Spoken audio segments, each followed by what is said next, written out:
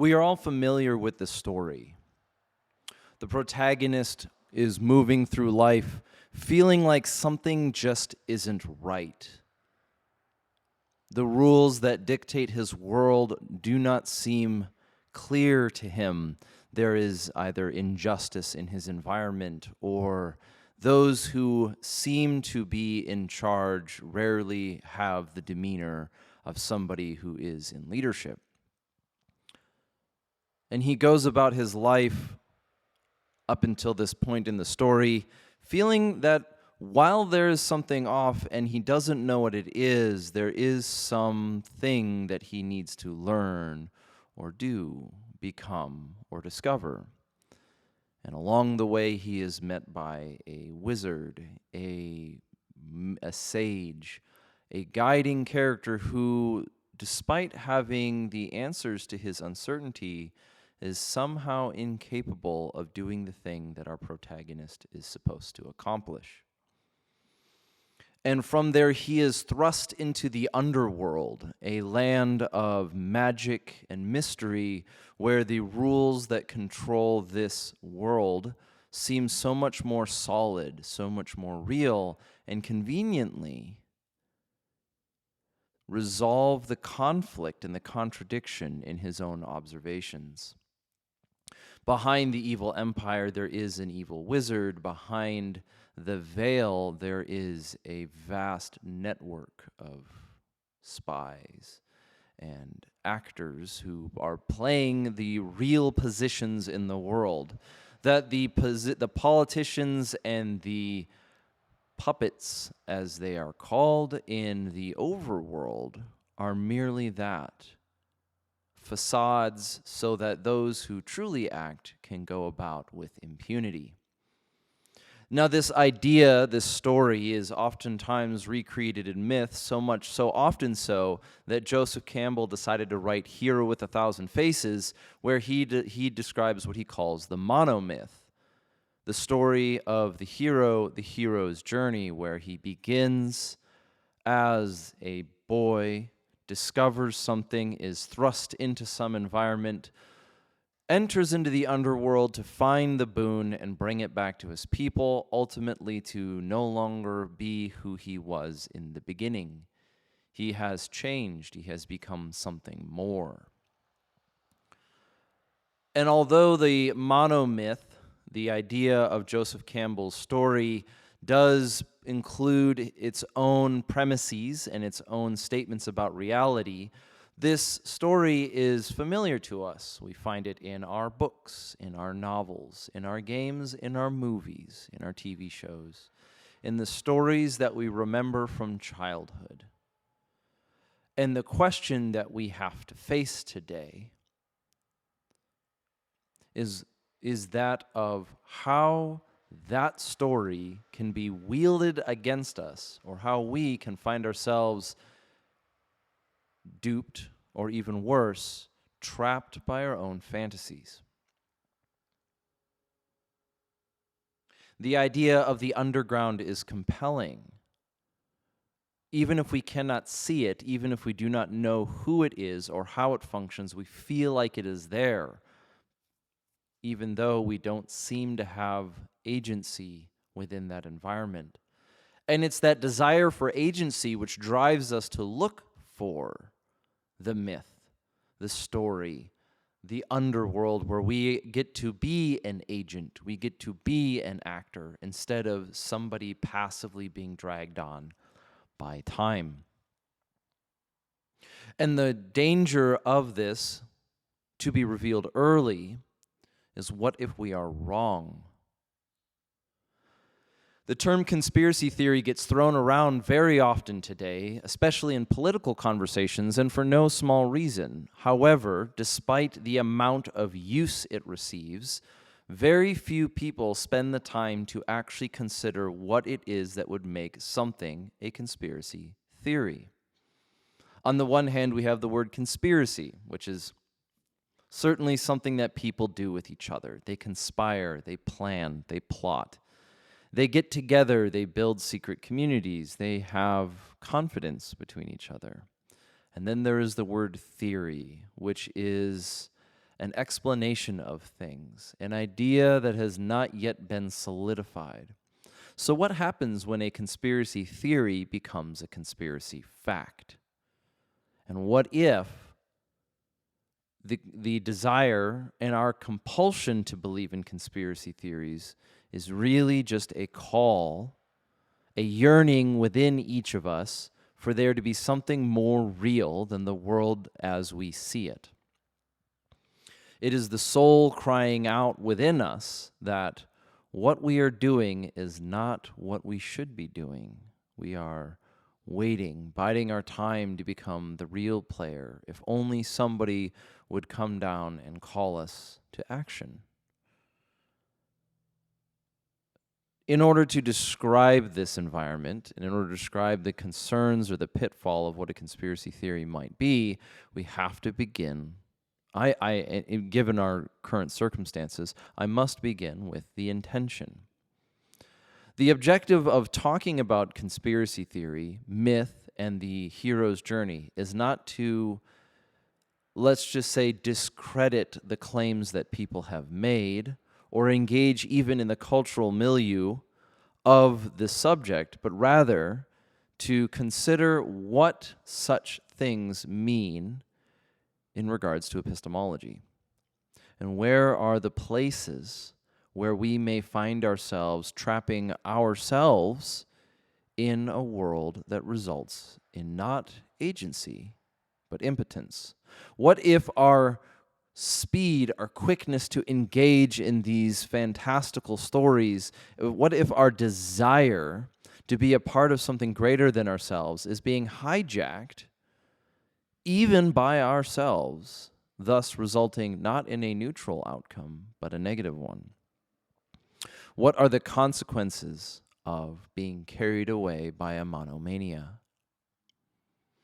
So let's start with the story. This world as we live in oftentimes looks like a world where there are those who are actors, and there are those who passively are dragged along by the whims of the day. This axiom, perhaps a metaphysical claim on different categories of people, can be compelling, especially because it subtly implies that by being able to identify it, one must be in the acting category. However, that assumption, that sense of purpose can be led astray. It can go awry. What happens if you are correct on your theory, but you are not playing the role that you think you are? Conspiracy theories, as they are described or in this environment, oftentimes have a certain framework that's consistent across them. The world, the categories of people, are divided into three groups. There are the normies, the NPCs, the insert meme here category, those who are under the control of the second category, and that is the evil overlord, the big bad guy, the straw lord, if you want to take the straw man fallacy and extend it upwards. There is somewhere out there an illustrious but hard to find, hard to identify group of people controlling the world. They don't really have names and faces. Even that is less important than the proof of their existence for the sake of the story. But we know that there is, for some reason, a controlling factor, the propagandists, the Illuminati in some stories, this idea that there is somebody out there, even might be, for some, the deep state, that is out there controlling the world, running it like a puppet. They have titles, but they have titles more often than they have faces. But there's an important dynamic here, because the importance and the power of a conspiracy theory is not derived from what it states about people or the organization of our world, but rather the sense of meaning it gives the speaker. The problem with a conspiracy theory, the danger of a conspiracy theory, is more or less, an inflated ego, an inflated sense of self-worth, that oneself has become part of the resistance merely by being able to identify the relationship between the controllers and the controlled. And it creates a dynamic for us to consider. If the world is separated into three parts, you have the controlled, who are ignorant, they are the overworld, ignorant of what is really going on. Instead, they are swayed to and fro by the control of the controllers. If those people exist, as well as those who are the, let's call it oppressors, let's call it the evil overlords, the conspirators, then we create a dynamic. The bigger the bad guy is, the greater the hero must be. But there's the trap. By organizing the world into these three categories and assuming the position of the hero, merely by having awareness, as it sounds, to the conditions, the way that things really are, one is claiming that they are the hero of the story. And the bigger the bad guy is, the bigger the hero must be.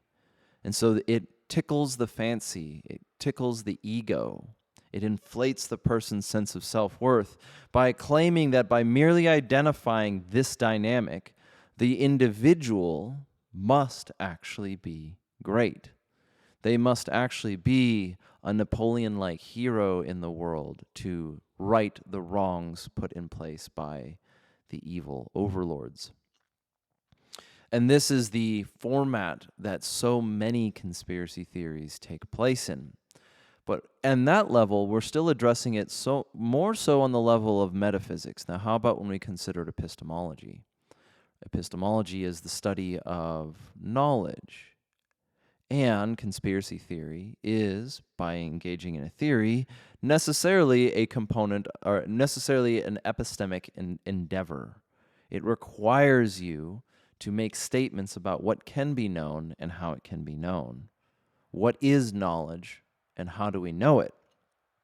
At the same time that it is making truth claims that there is an overlord, that it is also making an epistemological claim regarding how people can know certain things. And this is where the monomania comes in the form of a scapegoat. Everything and anything can be explained away by the assumed presence or even power of the overlords. And this is where it becomes tricky, right? Because if they really did exist and really had that power, would they not wield it for their gain? Surely people of great power experience great corruption. Absolute power corrupts absolutely, as the saying goes.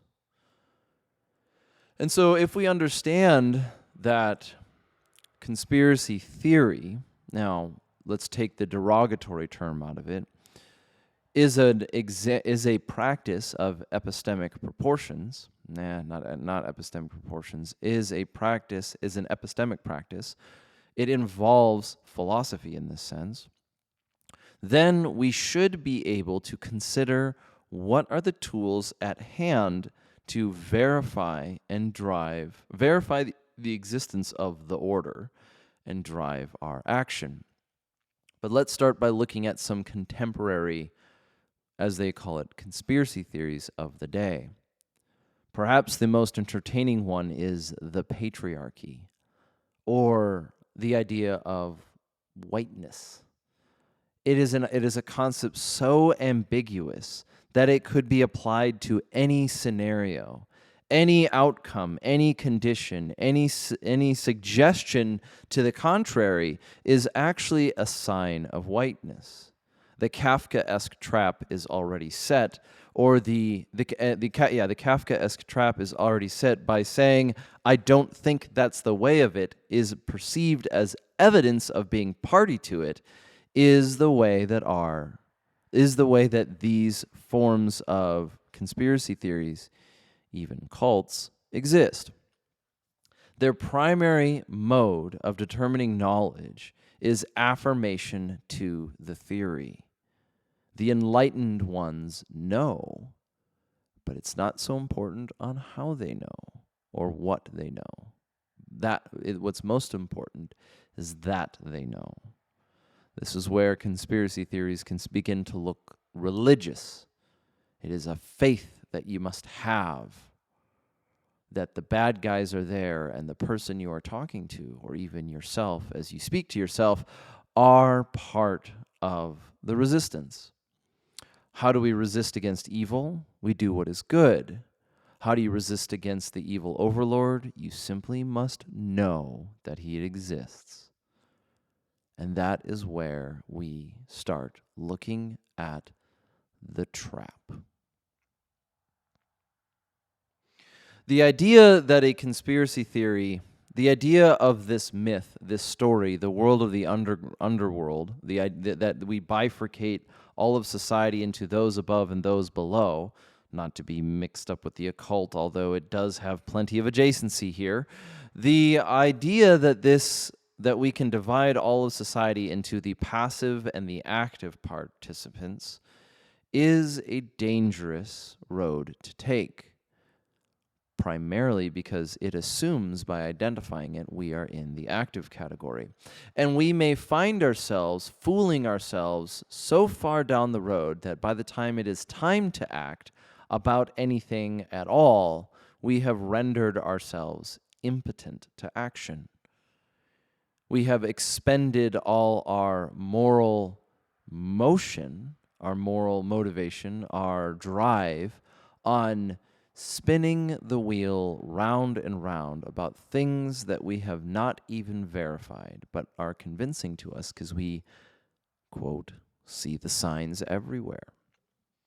And conspiracy theory is a tricky thing because it is not the case that by challenging what our epistemology is in regards to a conspiracy theory also eradicates any sort of conspiracy done in the world. Rather, it allows, this address is to point out what is our motivation when considering these things. Are you trying to become part of something greater than yourselves, or are you artificially inflating yourself? Am I artificially inflating my sense of self-worth by reimagining the world in this format? This is oftentimes why. This can be seen on how the brash confidence of the quote-unquote conspiracy theorist is off-putting, because it is bullish towards an outcome that is oftentimes tied to their sense of self-worth. This can be attributed to any sort of political party, and it can be contributed to any sort of belief system that divides the world into separate ontological categories, that we really are not somehow created equal, rather that some are greater, and some of those that are greater happen to be evil, and some of those who are greater happen to be good.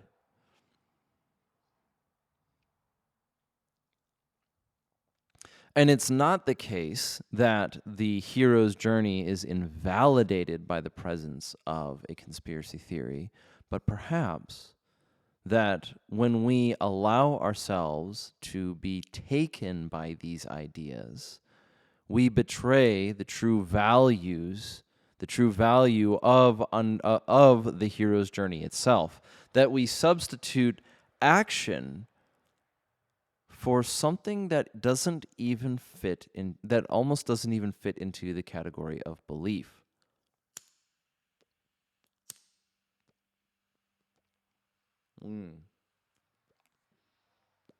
This is why enlightenment is so dangerous.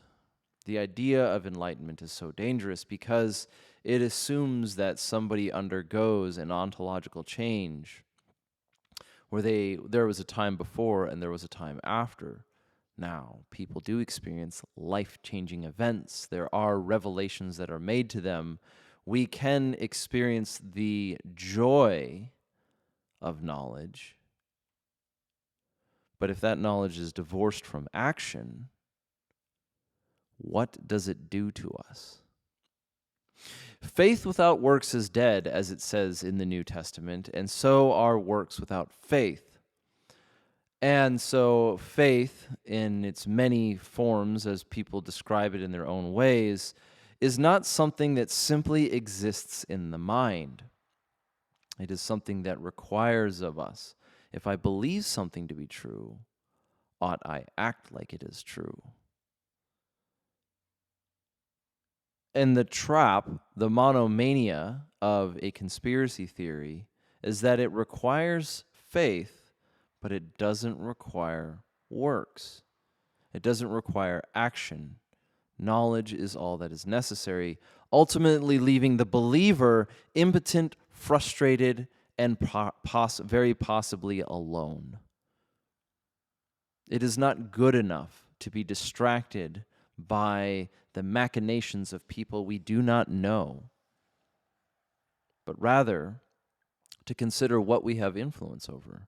Who are we in charge of? What are our duties and responsibilities?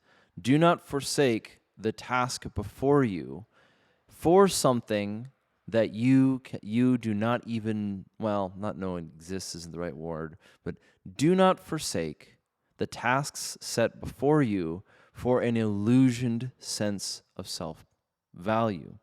Because it is not the case that you don't have value. Rather, we do. We are created in the image of God. But if we place that sense of value in something that is not true, we will be standing on a weak foundation and find ourselves in the crises when the rubber hits the road. This is the trap. This is the consequence of believing the wrong things. But let's put it into a story format. Let's just say you are a member of gun culture. You exist in this world. You are training. You are prepared. You concern yourself with your family. You seek after that which is good for your family, but you are concerned about some potential hazard.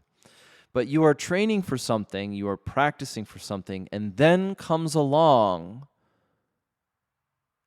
somebody to show you how the world really is that somehow perfectly aligns with those skill sets you've been developing. What is to prevent you from being carried away by the manipulations of wicked men? What happens when you find yourself on the front lines of a war where there you learn that you were lied to, but it is too late, your strength is spent, you do not get to be the hero with the revenge story. You are not James Reese in the event. This would be a tragedy. Perhaps more so would be the tragedy that you go about your life being pulled this way and that by things that give you a sense of meaning, but leave you ultimately empty. And not only does it leave you empty of meaning, but it leaves you demoralized and without a sense of purpose. To fight against this, we must choose to build our foundation on that which is solid, that which not necessarily is only verifiable, but that which is solid. We must build our ontological and intellectual foundation on something firm, so that as the world is pulled this way and that by the follies of weaker men, we are not dragged down, not into the underworld, but into hell. We are not, our fervor for justice is not captured by malicious manipulators to strike out in vengeance for somebody else's game. Do not be surprised when the idea of a sense of justice is taken advantage of. It's a dangerous thing. The conspiracy theory itself is really something that people use as a slur against one another to say, I don't believe what you're saying is true.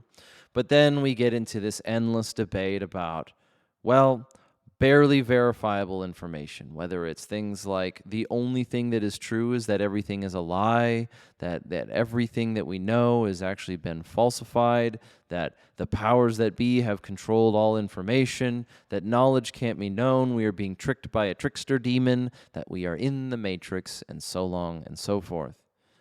This isn't a compulsion to say, put those ideas away, but it is a challenge to say, perhaps the angst that we feel as a culture is because we are satisfied with being right about theories alone, but never choose to act.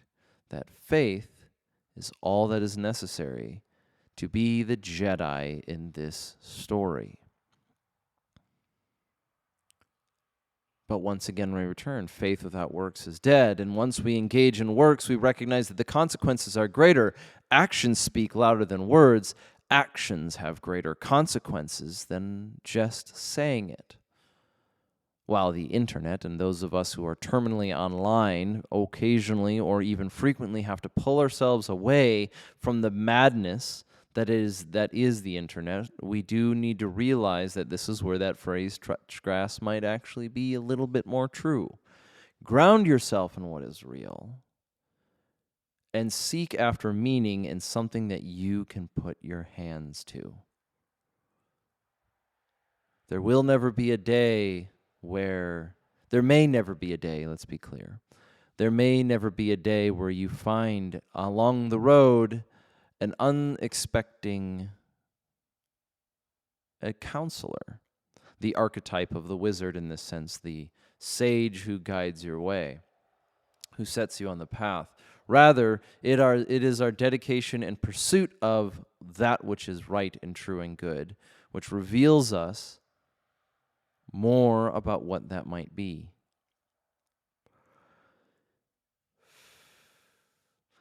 All of this is dependent on a rejection of nihilism. All of this is dependent, well, it's not dependent on it just is an active rejection of nihilism. But it's also a warning against being pulled this way and that by ideas that, though they are framed in the format of a description of the world, end up being attractive because of how they make you feel. Conspiracy theories oftentimes rely on a sort of Gnostic mysticism. And Gnosticism is the idea of secret knowledge, that there is below and beyond the world that we understand, beyond the physical world, some form of secret knowledge that can be attained perhaps through ritual or sacrifice or something. And Gnosticism is dangerous. It's considered a heresy in religious arenas.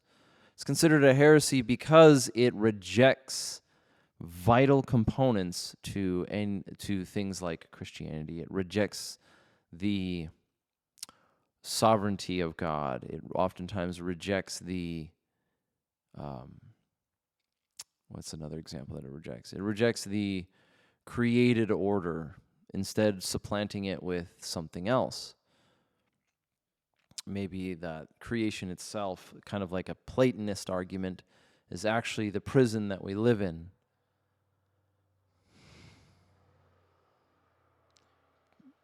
But when it comes to culture,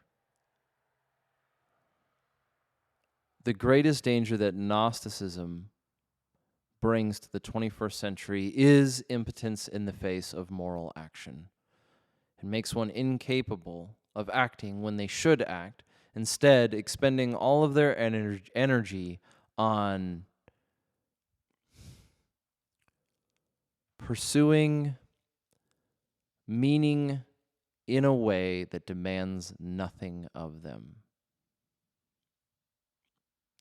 And when I mean nothing, I mean none of the true commitments to action, or none of the true commitments to participation in your environment.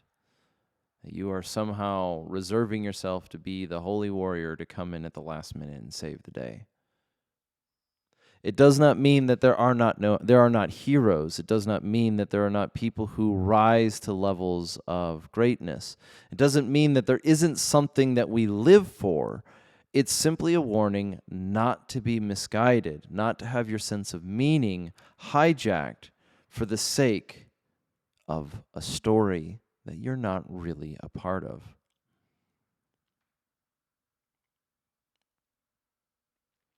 The fundamental fallacy that we could describe a conspiracy theory is not purely in its epistemic conditions, but rather that the basis of belief is more so grounded in the sense of meaning or self-importance it gives the speaker, and less so about the verifiability of the conspiracy itself. The trap is that it will cause one to become incapable of separating the myth from the reality. And so as we close today, as we leave the conversation on conspiracy theory and open up again thoughts on epistemology, thoughts are what we believe about knowledge, recognize this, that if the success of a theory is wholly dependent on there being people who hid the truth, that it was created by man, that it was all a lie created by man to misguide you, ask yourself if you are adding to somebody else's, let's just say you are inflating somebody else's capabilities so as to rise your own, the dark tide that raises both ships. The bigger the enemy, the bigger the hero must be. But are you playing the hero, or are you complaining about factors that you will never participate in? We should relieve ourselves from these artificial burdens and focus on what we do have control over. And one of that, the place where it starts, is in our own mind and in our own heart. And from there, we push outwards to have an impact on the world around us, to continue the daily, weekly, yearly, millennias-long fight against evil. But it's not against the evil over there, rather the evil in our midst. So this has been the Redacted Culture Cast. If you want to support the channel, you can head over to redactedculture.locals.com. We can discuss ideas and theories. There we can also engage in conversation on the subjects listed here that might be a little too spicy for YouTube. Not too often, but occasionally. And if you want to jump in on the pre-order, you can head over to redactedllc.com. That's where we've got our new hoodies coming out and our original OG Redacted shirts, as well as some other merchandise. All shipping will begin in August, so we look forward to seeing you soon. Go forth and conquer.